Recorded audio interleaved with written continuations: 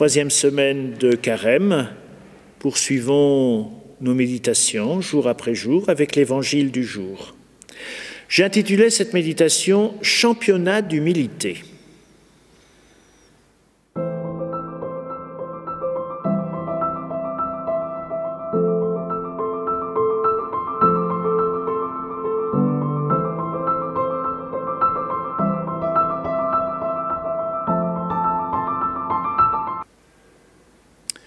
De l'évangile de Jésus-Christ selon saint Luc.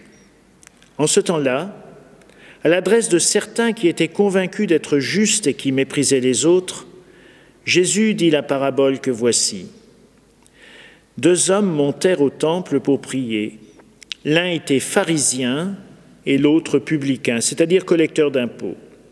Le pharisien se tenait debout et priait en lui-même. « Mon Dieu, je te rends grâce, parce que je ne suis pas comme les autres hommes qui sont voleurs, injustes, adultères ou encore comme ce publicain. Je jeûne 2 fois par semaine, je verse le 10e de tout ce que je gagne. » Le publicain, lui, se tenait à distance, n'osait même pas lever les yeux vers le ciel, mais se frappait la poitrine en disant « Mon Dieu, montre-toi favorable au pécheur que je suis.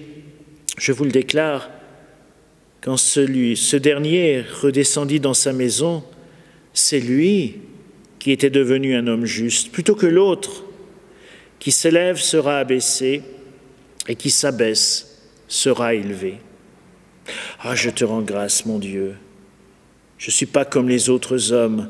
Moi, on m'appelle Rabbi, on m'appelle mon Père. Peut-être sommes-nous très attachés à nos titres, à nos habitudes. Pharisien qui est présenté ici, c'est normalement la perfection au masculin. Il appartient à un groupe dont le nom en hébreu signifie séparé, séparé de ce monde de péché qui l'environne. Il est vertueux, très vertueux même, il le sait. Dans certains cas, la vertu, c'est un peu comme la pratique de la musculation, ça ne sert pas à grand-chose si on n'a pas de plaisir à montrer les effets. Alors le pharisien se lance dans une petite évocation comparative de ses mérites. Il en fait la liste, tient son petit carnet sur lequel il coche toutes ses pratiques, il est parfaitement à jour. Il s'autoproclame un modèle que Dieu ne pourra s'empêcher d'apprécier à sa juste mesure, et il prend la peine de remercier Dieu. Ce faisant, il est délicieusement odieux. Car, comme le dit le proverbe, trop plein de soi-même, on fait le vide autour de soi. Le publicain, lui, il est objectivement l'un de ces détestables collaborateurs de la puissance occupante romaine.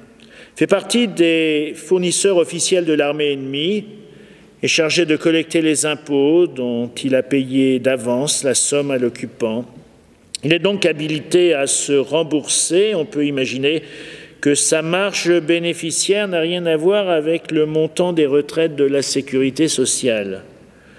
Aujourd'hui, il figurerait sur la liste noire de la Commission du Grand Jérusalem pour la transparence des affaires et risquerait bientôt d'avoir son nom dans les journaux à la page de la chronique judiciaire.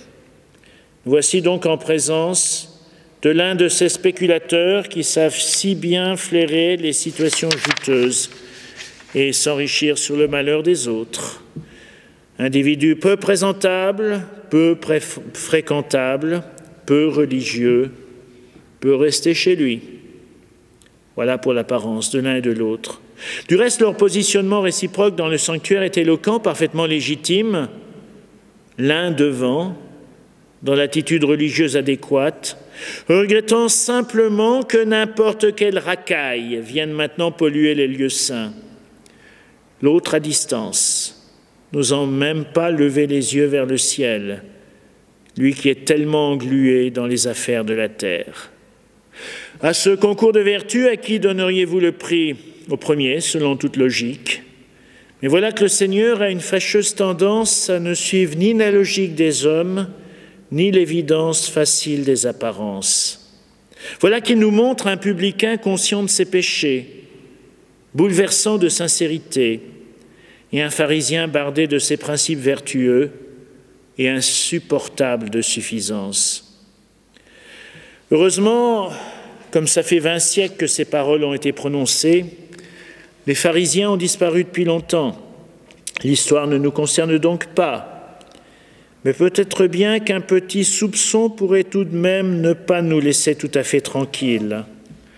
Est-ce qu'il ne nous arrive pas parfois, tout de même, surtout dans le domaine du religieux, de nous attacher à des petites choses qui sont finalement pas si essentielles que cela et qui nous empêchent d'aller vers des attitudes plus profondément vraies? Est-ce qu'il nous arrive parfois de nous prendre en flagrant délit, d'être un peu bêtes dans nos attitudes et finalement de réduire notre fidélité à des petites choses qui sont de si peu d'importance? C'est Albert Einstein qui disait « Il n'existe que deux choses infinies, l'univers et la bêtise humaine. » Mais il rajoutait « Pour l'univers, je n'ai pas de certitude absolue. » Pourrions-nous voir aussi pourquoi l'attitude du publicain nous est donnée en modèle? Pourquoi est-il justifié?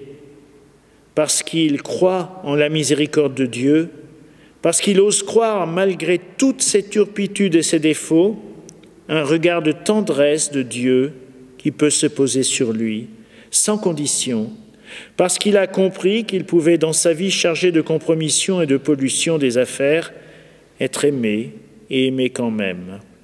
Aimer quand même, c'est finalement une question de point de vue.